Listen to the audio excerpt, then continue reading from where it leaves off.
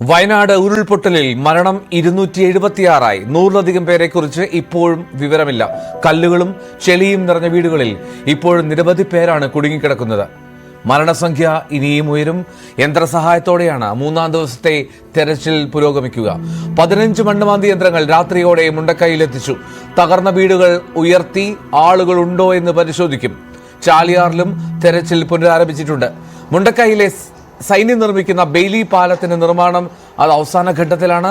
2:30 പാലം സജ്ജമാകുമെന്ന് സൈന്യം അറിയിക്കുന്നു. പാലം പൂർത്തിയായാൽ കൂടുതൽ യന്ത്ര സാമഗ്രികൾ മുണ്ടക്കൈയിലേക്ക് എത്തിക്കാൻ കഴിയും. മുഖ്യമന്ത്രി പിണറായി വിജയൻ, ലോക്സഭാ പ്രതിപക്ഷ നേതാവ് രാഹുൽ ഗാന്ധി, കോൺഗ്രസ് നേതാവ് പ്രിയങ്ക ഗാന്ധി എന്നിവർ ഇന്ന് വയനാട്ടിലേക്ക് എത്തും. മുഖ്യമന്ത്രിയുടെ അധ്യക്ഷതയിൽ ഇന്ന് സർവകക്ഷി യോഗവും ചേരും. മുഖ്യമന്ത്രി കോഴിക്കോട് നിന്ന് വയനാട്ടിലേക്ക് തിരിച്ചു.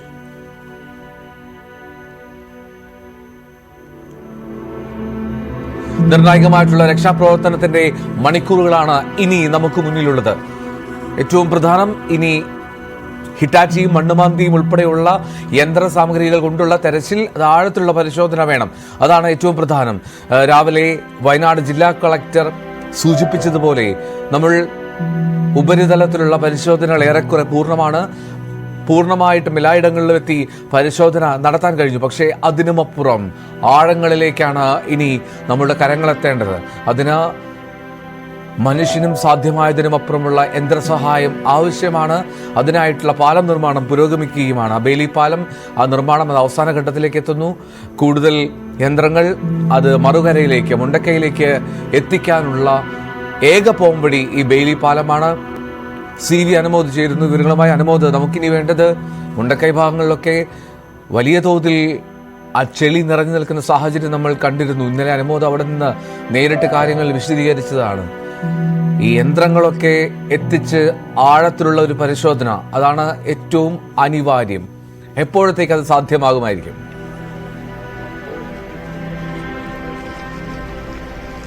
എൽദോ, നിലവിൽ പരിമിതമായ സാഹചര്യത്തിൽ യന്ത്രങ്ങൾ ഇവിടെ എത്തിയിട്ട് അത് ഉപയോഗിച്ചുള്ള പരിശോധനകൾ തുടങ്ങിക്കഴിഞ്ഞു. ഇന്നലെ വൈകുന്നേരം മുതൽ തന്നെ അത്തരം പരിശോധനകൾ ആരംഭിച്ചിരുന്നു. നമ്മളിപ്പോൾ ദൃശ്യങ്ങളിൽ കാണുന്നത് മുണ്ടക്കൈ ജുമാ മസ്ജിദാണ്. അതൊരു വലിയ കല്ലുകളും മരങ്ങളും എല്ലാം വന്നടിഞ്ഞ് പള്ളി തകർന്നു പോയിരുന്നു. അവിടെ നിന്നും ആ പള്ളിയിലെ ഇമാമിന്റെ മൃതദേഹവും അവിടെ നിന്നാണ് ലഭിച്ചത്. അത് ഇന്നലെ ലഭിക്കാനുള്ള തെരച്ചിൽ ഈ ഒരു JCBയും മറ്റും ഉപയോഗിച്ച് നടത്തിയ തെരച്ചിലിനൊടുവിലാണ് അത്തരത്തിൽ മൃതദേഹം അവിടെ കണ്ടെത്തിയത്. നമുക്ക് കുറച്ചുകൂടി അപ്പുറത്തേക്കുള്ള ദൃശ്യങ്ങൾ ലഭ്യമാക്കിയാൽ, നമ്മൾ ഇന്നലെ ആ കൂടം കൊണ്ട് ആ ഒരു വീട് എൻ്റെ മേൽക്കൂര അടിച്ച് പൊട്ടിച്ച് തെരച്ചിൽ നടത്തുന്നതിൻ്റെ ദൃശ്യങ്ങൾ കാണിച്ചിരുന്നു. ആ മേഖലയിലാണ് ഇപ്പോൾ JCB ഉപയോഗിച്ചുള്ള തെരച്ചിൽ ഇവിടെ നടക്കുന്നത്. 2 JCBകൾ ആ ഒരു മേഖല മാത്രം കേന്ദ്രീകരിച്ച് പ്രവർത്തിക്കുന്നുണ്ട്. അതോടൊപ്പം തന്നെ ഇന്നലെ നമ്മൾ നിൽക്കുന്നത് ഈ ഒരു ദുരന്തത്തിന്റെ ഏറ്റവും വ്യക്തമായ ദൃശ്യങ്ങൾ പകർത്താൻ കഴിയുന്ന ഇടത്താണ്. നമ്മൾ ദൃശ്യങ്ങളിൽ കാണുന്നത് ഈ ഉരുൾപൊട്ടി വന്ന വഴിയാണ്. അതിന്റെ ഇടതുവശത്തായിട്ട് ഒരു ചെറിയ റോഡ് ഉണ്ടായിരുന്നു. ആ റോഡ് പൂർണ്ണമായും തകർന്നു പോയിരുന്നു. അപ്പോൾ നമുക്ക് നമുക്ക് കുറച്ച് ദൂരേക്കുള്ള ആ വീടുകളൊന്ന് പരമാവധി സൂം ചെയ്ത് കാണിക്കാൻ കഴിഞ്ഞാൽ, ഇപ്പോൾ നമ്മൾ കാണിക്കാൻ ശ്രമിക്കുന്നത് ഈ ഉരുൾപൊട്ടി വന്ന ഇടത്തെ വീടുകളുടെ അവസ്ഥയാണ്. അവിടേക്ക് എത്തിച്ചേരാൻ കഴിയുന്ന ഒരു സാഹചര്യം ഇപ്പോഴില്ല എന്നുള്ളതാണ് വലിയ ഒരു പ്രതിസന്ധി. ആ ഒരു മേഖലയിൽ തെരച്ചിൽ നടത്താൻ ഇന്നലെ കഴിഞ്ഞിരുന്നില്ല. കാരണം അവിടേക്ക് പോകുന്ന റോഡ് ഈ ഒരു ഉരുൾപൊട്ടലിൽ പൂർണ്ണമായും തകർന്നു പോയ അവസ്ഥയിലായിരുന്നു.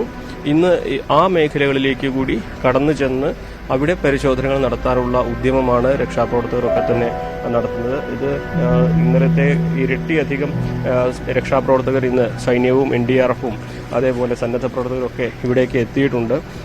ഏറ്റവും പ്രധാനപ്പെട്ട ഒരു കാര്യം, ബെയിലി പാലത്തിന്റെ നിർമ്മാണം പൂർത്തിയായാൽ കൂടുതൽ വലിയ JCBകളും ഹിറ്റാച്ചികളും മണ്ണുമാന്തികളും ഒക്കെ ഇവിടേക്ക് എത്തും എന്നുള്ളതാണ്.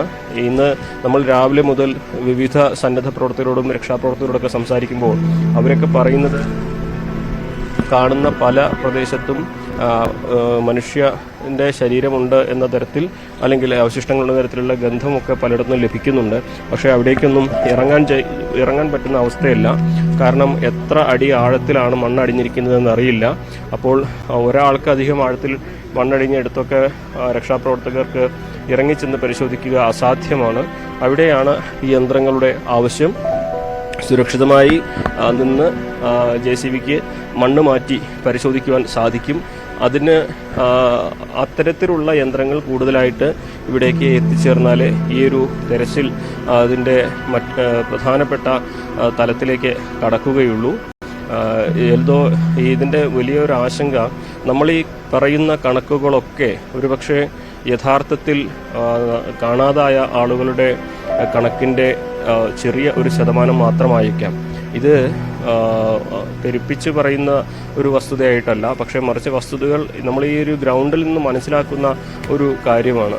ഈ ഉരുൾപൊട്ടിയ ഈ ഇടത്തു നിന്നും ഇന്ന് താഴെ ആ ചൂരൽമല അമ്പലവും കഴിഞ്ഞ് ആ ഉരുൾപൊട്ടലിൻ്റെ പുത്തൻ വില്ലേജും എല്ലാം കഴിഞ്ഞ് താഴേക്കും ഉരുൾപൊട്ടി പോയിട്ടുണ്ട്. അവിടെയൊക്കെ ഉണ്ടായിരുന്ന വീടുകൾ എത്രയുണ്ടെന്ന് ആർക്കും അറിയില്ല. വീടുകൾ ഉണ്ടെങ്കിൽ പോലും ഒരു വീട്ടിൽ എത്ര പേര് രക്ഷപ്പെട്ടു എന്നറിയില്ല. അതിനൊക്കെ അപ്പുറത്ത് ഇവിടെ പല തൊഴിലിനായിട്ടെത്തിയ അന്യസംസ്ഥാനങ്ങളിൽ നിന്ന് വന്നവർ, അവർ ലയങ്ങളിലും പാടികളിലും ഒക്കെ ഉണ്ടായിരുന്നു. അവർ എത്ര പേരുണ്ടെന്ന് അറിയില്ല. ഒരു വീട്ടിലെ എല്ലാവരും ഈ ഒരു ദുരന്തത്തിൽ ഇല്ലാതായി പോയാൽ ആ വീട്ടിൽ എത്ര പേരുണ്ടെന്ന് പരാതി കൊടുക്കാൻ പോലും ആരുമില്ലാത്ത ഒരവസ്ഥ വരും. അങ്ങനെ അറിയാതെ പോകുന്ന എത്ര അധികം ആളുകൾ ഉണ്ടാകും. മാത്രമല്ല ഈ കണക്കുകൾ, ഓരോ ദിവസവും നമുക്ക് കിട്ടുന്ന കണക്കുകൾ നമ്മളെയൊക്കെ ആശങ്കപ്പെടുത്തുന്ന വിധം പേടിപ്പിക്കുന്നതാണ്. ഇതിന് മറ്റൊരു പ്രധാനപ്പെട്ട കാര്യം കൂടിയുണ്ട്. നമ്മളിപ്പോൾ കാണുന്ന ഈ ഉരുൾപൊട്ടിയ ഇടവും അതുപോലെ ചാലിയാറിൻ്റെ താഴ്ത്തട്ടും ഉള്ള സ്ഥലം, അതിനിടെ വനമേഖലയാണ്, വെള്ളച്ചാട്ടങ്ങളും ഒക്കെയുള്ള വനമേഖലയാണ്, കുത്തൊലിച്ചു പോകുന്ന മേഖലയാണ്. ആ ഉൾവനങ്ങളിൽ ഇനി എത്ര മൃതദേഹങ്ങളുണ്ടെന്നോ എത്ര പേരുടെ ശരീരാവശിഷ്ടങ്ങളുണ്ടെന്നോ ആർക്കും തന്നെ അറിയാൻ കഴിയാത്ത ഒരു സാഹചര്യമുണ്ട്. അവിടെ ആർക്കും ചെന്നെത്താൻ കഴിഞ്ഞിട്ടില്ല. ഒരുപക്ഷെ ഈ കാണാതെ ആയ പലരുടെയും ശരീരം അവിടെ എവിടെയെങ്കിലും ഉണ്ടോ എന്ന് പോലും നമുക്ക് പറയാൻ കഴിയുകയില്ല. അങ്ങനെ നമ്മളെ മുമ്പിൽ വലിയ വലിയ ചോദ്യങ്ങളാണ്, പ്രതിസന്ധിയാണുള്ളത്. ഇതൊക്കെ മനുഷ്യസാധ്യമാണോ? ഈ ഒരു ദുരന്തത്തിൽ നിന്നും കരകയറാനും ഈ ഒരു ദുരന്തത്തിൽ മരിച്ചവരെ കണ്ടെത്തുവാനും എന്ന ചോദ്യം നമ്മളെ സംബന്ധിച്ച് ഉത്തരം നൽകാൻ കഴിയുന്ന ഒരു കാര്യമല്ല. എങ്കിലും ഇവിടെ കേരളം കണ്ടതിൽ വെച്ച് ഏറ്റവും വലിയ ഒരു ദുരന്തത്തിൻ്റെ നടുവിൽ നമ്മൾ നിൽക്കുമ്പോൾ നമുക്ക് സാധ്യമായ എല്ലാ സന്നാഹങ്ങളും സാധ്യമായ എല്ലാ സംവിധാനങ്ങളും ഈ ഒരു രക്ഷാപ്രവർത്തനത്തിന് വേണ്ടി ഉപയോഗപ്പെടുത്തുക. ഓരോ ജീവനും അത് എത്രമാത്രം വിലപ്പെട്ടതാണ് നമുക്കറിയാം. ഇനി ആ ദുരന്തത്തിൽ ഇല്ലാതായി പോയ ദൗർഭാഗ്യവാന്മാരുടെ അവരുടെ ശരീരാവശിഷ്ടങ്ങളെങ്കിലും കണ്ടെത്തി അത് അവർക്ക് പ്രിയപ്പെട്ടവർക്ക് അന്ത്യകർമ്മങ്ങൾ ചെയ്യാനുള്ള ഒരു സാഹചര്യം ഒരുക്കി കൊടുക്കുക. ഇതൊക്കെ മനുഷ്യത്വപരമായിട്ട് നമുക്ക് ഇനി ചെയ്യാൻ കഴിയുന്ന ചില ചെറിയ കാര്യങ്ങൾ മാത്രമാണ്. അത്രമാത്രമേ സാധിക്കുകയുള്ളൂ. ഇനി ഈ ഒരു പ്രദേശത്തിൻ്റെ വീണ്ടെടുപ്പും അതുപോലെ മറ്റ് ഈ പ്രദേശത്ത് നിന്നും ഇനി ഒരിക്കലും ജീവിക്കാൻ കഴിയാത്ത രീതിയിൽ മാറിപ്പോകേണ്ടി വന്ന ആളുകളുടെ അവസ്ഥയൊക്കെ നമുക്ക് അവരെ കൈപിടിച്ചുയർത്തി അവരെ ജീവിതത്തിലേക്ക് തിരിച്ചു കൊണ്ടുവരാൻ നമ്മളൊക്കെ ഒന്നിക്കേണ്ട സാഹചര്യമുണ്ട്. പക്ഷേ